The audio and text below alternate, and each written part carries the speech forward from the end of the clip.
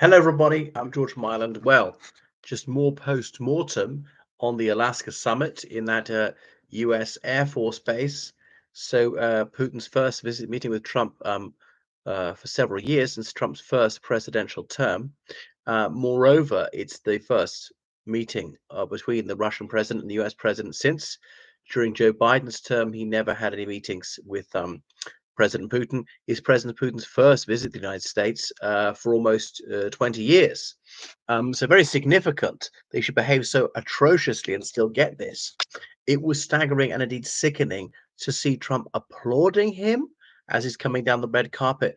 It marks an enormous contrast between that and the tongue lashing that Trump gave to Volodymyr Zelensky, his ally in the Oval Office, with J.D. Vance pouncing him as well, because saying you will feel it, as in you will feel a threat from Russia if if Ukraine is finished, they might want to attack you in Alaska, um, and they were triggered by that. You don't tell us what we'll feel. Whereas Trump was super polite, so welcoming to him, beaming from ear to ear. Wow, wow. So that was Putin is his chosen family, his brother by another mother.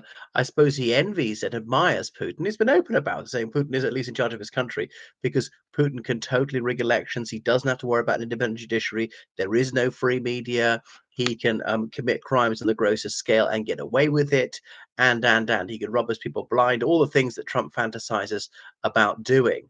I mean, Trump is manifestly the most unsuitable person the Americans could have on Putin's side. It's faintly surprising that Trump hasn't declared war in Ukraine himself. So no laying down the law to him. We were told to expect this summit was going to go on between 6 hours and 7 hours. It ended after 2 hours and 45 minutes. What went wrong? Obviously, the great majority was behind closed doors. They had those sort of press statements. I can't say conference without questions.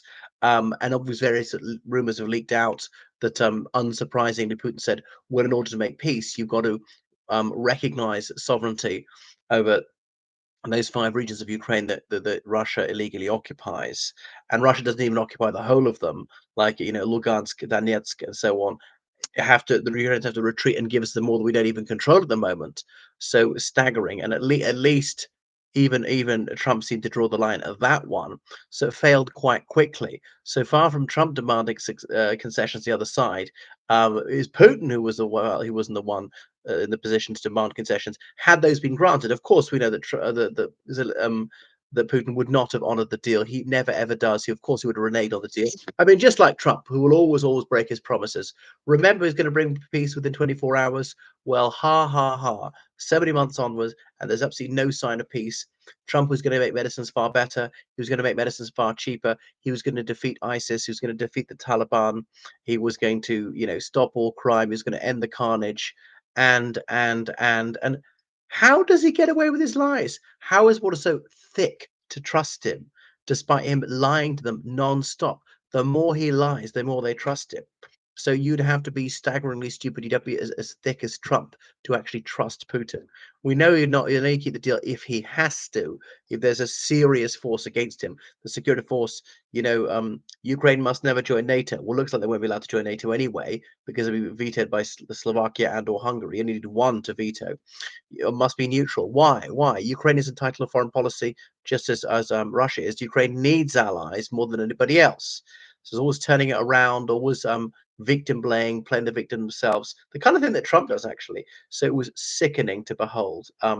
So you see the ill preparedness, and this will be the so-called unpredictability doctrine, and that's a way of disguising just incompetence, idiocy, idleness, just not doing your homework, and so on.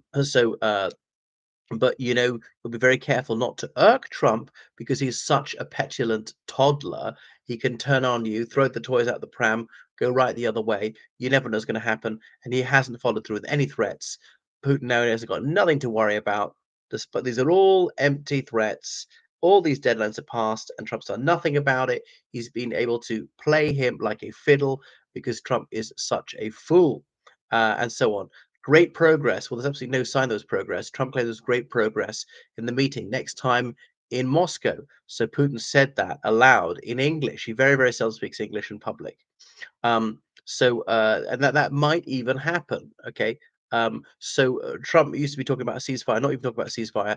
The idea is a ceasefire for whatever period of time. It could be extended, eventually turn into a permanent peace.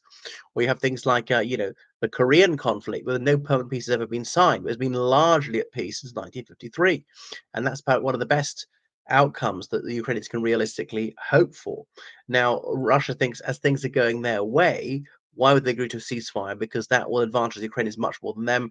The Ukrainians are exhausted. They're the ones who are heavily outnumbered. They need for the rotations because obviously the troops in the front line, they can't go back for their R&R until the unit replacing them comes forward. They've got double the number, and that they can be targeted easily more to be killed in one place, or more on the move to be seen and things like that.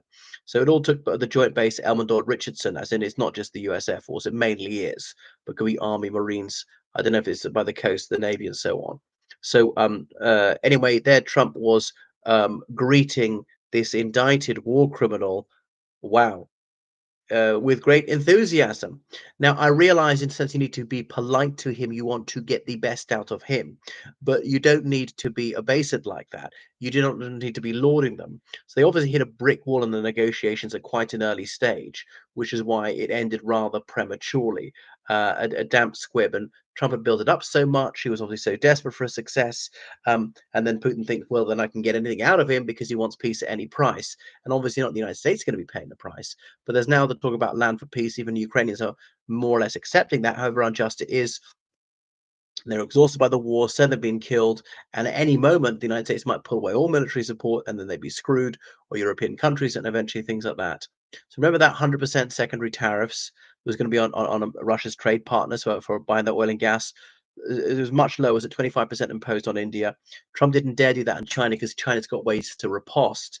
The Indians were very nervous about that. That could have had an effect, and Trump hasn't done it. I mean, there is a secondary tariff, but it's not that high.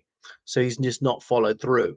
Now, I mean, even if Trump had stopped all trade between Russia and the United States, that's only worth about $3 billion per year. That's something like 0.2% of Russia's economy. So the effect would be negligible. It wouldn't even like be a rounding error.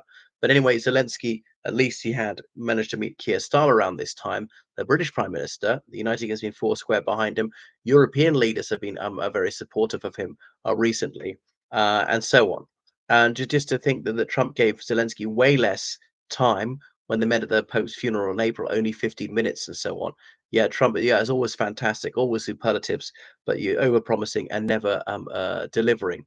Goodness. So really there's no end to war in sight. I mean, I think we're hardly any closer than we were before, given Russia's totally unreasonable demands.